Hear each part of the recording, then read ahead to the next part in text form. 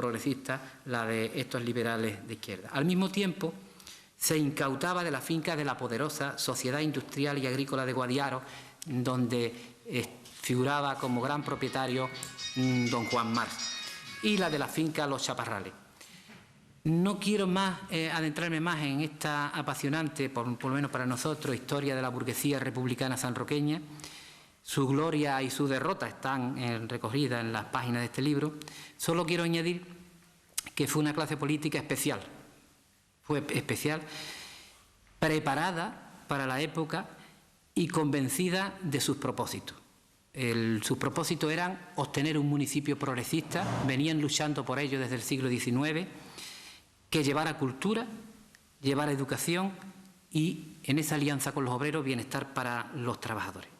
4 fueron los alcaldes: Gabriel Arena en su primera etapa, Antonio Galiardo y Luis Ortega López por Izquierda Republicana, que fue el último alcalde republicano y que permaneció en su despacho hasta el mismo 19 de julio, 18 de julio, aquí no pasó nada, hasta el mismo 19 de julio, en que los militares, como sabéis, entraron en San Roque, se hicieron cargo del poder, y Amador de los Ríos, que era el comandante jefe que venía con los regulares que venían de Algeciras, lo llamó por teléfono desde el cuartel y le dijo que ahora mandaba él. Y él bajó la calle San Felipe y se entregó en el cuartel, entregando el ayuntamiento. Y Francisco Viñas Vinuesa, del Partido Republicano Radical, que lo situamos en otra perspectiva ideológica, pero también un hombre de peso político en San Roque, cuyo liderazgo nunca se lo pudieron quitar, a pesar de que Honorio Alcaide, digamos, representaba la oposición suya en ese partido. San Roque dio 2 gobernadores civiles en ese breve periodo: Seferino Maestu Novoa, que fue gobernador civil de Huelva durante un periodo muy corto, durante el Frente Popular. Desgraciadamente después muere en San Roque fusilado, cuando se produce el golpe militar. Y José Carlos de Luna, por el Partido Radical, que aunque no tuvo actividad política local, fue un hombre de gran proyección y fue gobernador civil de Badajoz en tiempos del Partido Republicano Radical. José Carlos de Luna es conocido porque fue un flamencólogo destacado, escribió la historia de Gibraltar y es el autor del famoso Pillayo, ¿no?, la copla del Pillayo. Y más fue el que dio los terrenos para que se construyera el cementerio de la estación. Oradores como Luis Aldana Carretín, que era un humilde carpintero, provenía de la época republicana primera, de la Primera República, o mujeres como Carmen Bru o María López.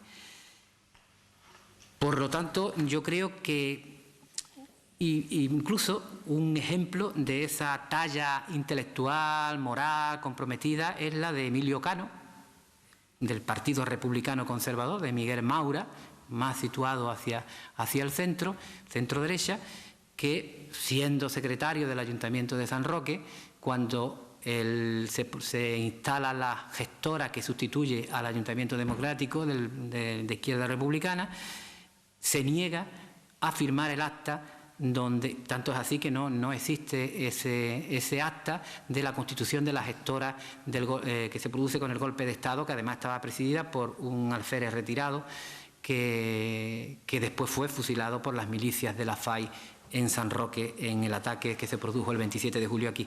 Emilio Cano se negó, y no solamente se negó, sino que hizo una salvedad por escrito de que se estaba cometiendo un acto anticonstitucional. Lógicamente, acto seguido se tuvo que refugiar en Gibraltar. Pertenecía a la burguesía también sanroqueña, a la burguesía ilustrada.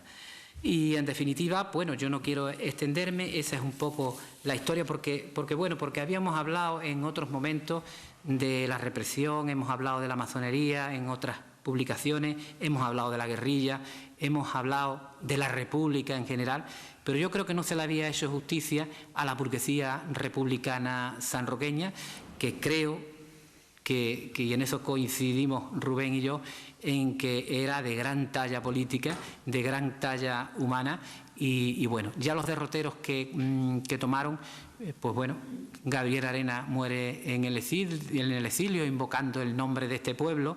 Antonio Galiardo pasa una serie de años en la cárcel y se le inhabilita, siendo un abogado de prestigio, que pudo además haber sido diputado perfectamente. Fue diputado provincial de la Diputación Provincial del Frente Popular. Ceferino Maestu Novoa, un hombre de una altura profesional increíble, licenciado en Derecho, fue director del puerto de Algeciras, bueno, fusilado, etcétera, etcétera, etcétera. Ese fue el destino de los republicanos sanroqueños de la izquierda liberal. Y nada más, yo les agradezco mucho, le agradecemos mucho que nos hayan acompañado. Nosotros vamos a seguir trabajando en el tema de la recuperación de la memoria histórica, porque entendemos que es un compromiso y es un derecho, y nunca visto desde una perspectiva del revanchismo, sino de una perspectiva desde la justicia.